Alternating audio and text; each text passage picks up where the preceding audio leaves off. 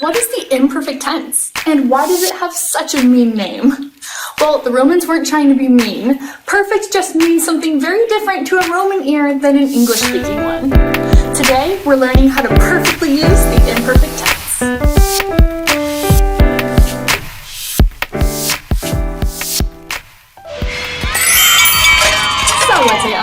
I'm Jordan Kay, a Latin tutor, teacher, and medalist with a mission to make Latin fun, because I believe it really is.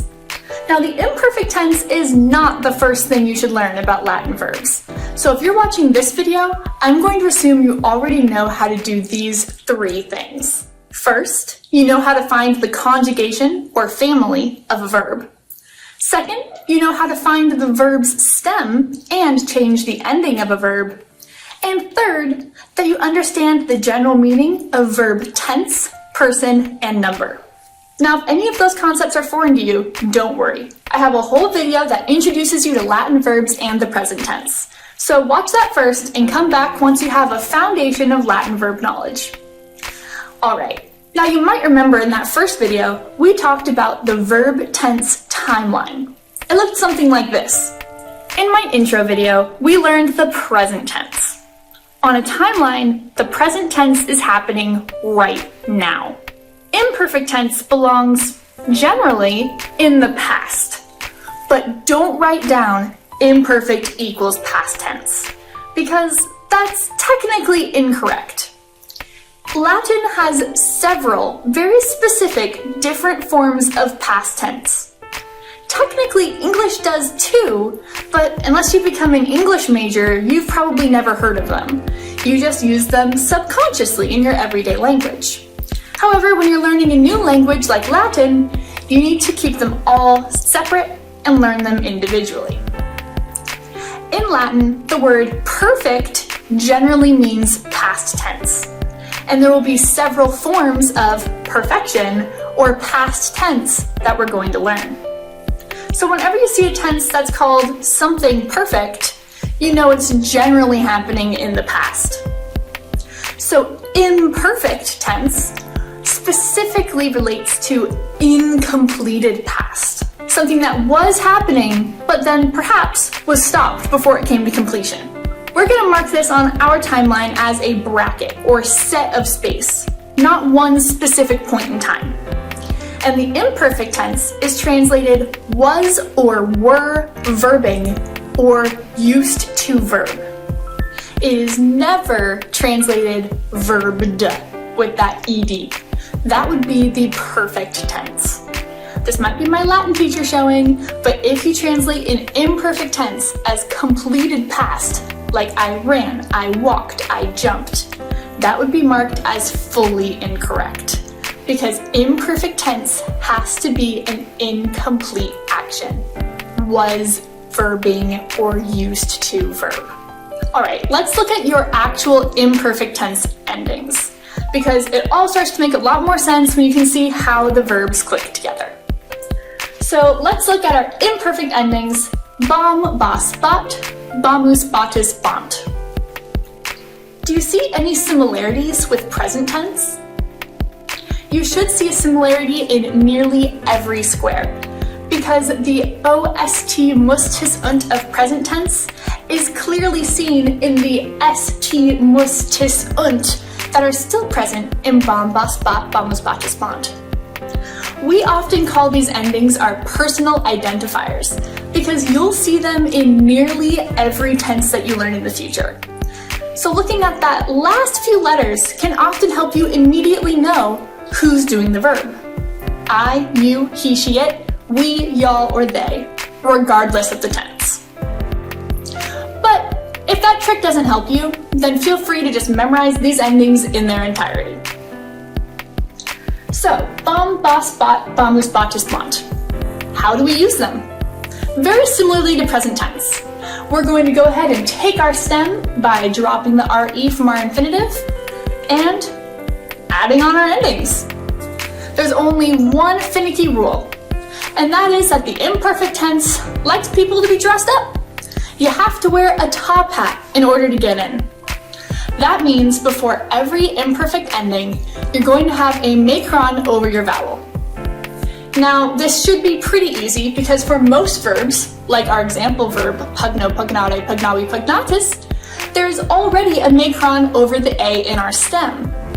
But when you get to third conjugation verbs, they don't naturally have a macron there. So you do need to remember to put on a top hat before dealing with imperfect tense. But besides that, it's as easy as drag and drop. Pugnabam, pugnabas, pugnabat, pugnabamus, pugnabatis, pugnabant, which would be simply translated as I was fighting, you were fighting, he, she, or it was fighting, we were fighting, y'all were fighting, and they were fighting. And it's that simple. You can do that with any verb in your vocabulary and immediately transform it into the imperfect tense.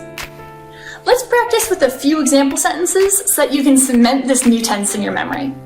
Let's dive into your first example sentence. Regem pugnabant.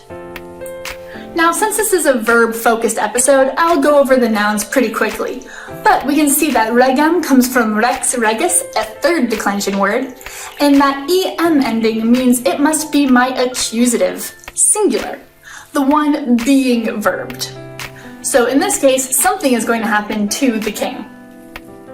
Now we can move on to our verb, pugnabant. First off, I'm going to look for what vocabulary word it is. That comes from pugno, pugnare, pugnawi, pugnatis, which means to fight. So I'm going to write to fight at the top. Then I'm going to find the verb's ending, which in this case is bont. I recognize bont from my imperfect box, bom, bos, bot, bomus, botus, bont. So I'm going to write imperfect, was or were verbing. Then I'm going to look for what person and number bont represents. Bont is in the third person plural box. So that means I'm going to have to use the pronoun they. And when I put that all together, I get they were fighting. So how do I translate this sentence as a whole? Well, first thing I'm going to do is search for nominatives. Are there any nominatives on the court? And it looks like there aren't. There's no one here to do the verb, so I'm actually going to use that pronoun they. And I'm going to start my sentence with they were fighting. They were fighting what? Well, we always know the accusative is the one being verbed, and turns out we have an accusative here, regem, or the king. So we would translate this sentence, they were fighting the king. Look at that! You just translated a sentence in the imperfect tense. It's not so scary. Let's go ahead and try one more. Ariel, Ursulam, pugnabat. Again, I'm going to go a little quickly through the nouns. Ariel comes from Ariel, Arielis, a third declension word, and because it doesn't have any ending from a third declension box, I know it has to be the nominative singular of my sentence, and it's generally going to translate Ariel.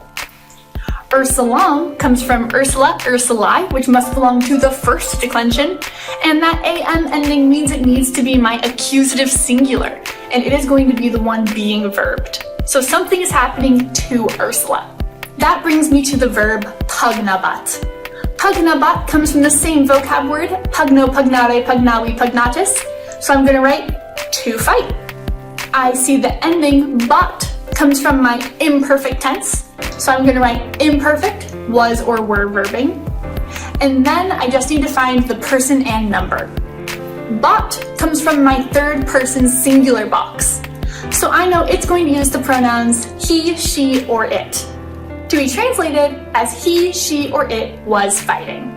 Now it's time to translate the sentence as a whole. First thing we're going to do is scan the court for nominatives. Are there any nominatives out there to do the verb? Yes, there is. Ariel is the nominative singular. And just as a double check, I'm going to make sure that my verb is also singular, because the number always has to match between the subject and the verb.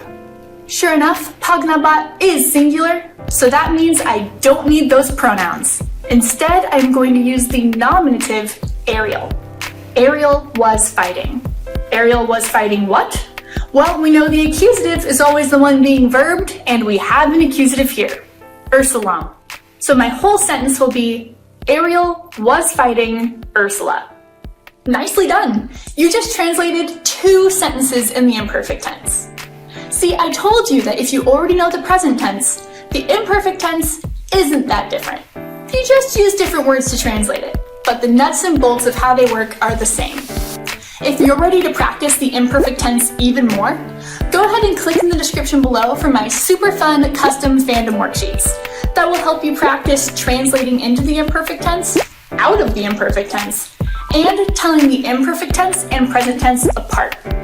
And if you're ready to just keep on going, go ahead and click on my future tense video to keep adding more tenses to your belt. Until next time, volatile omnes.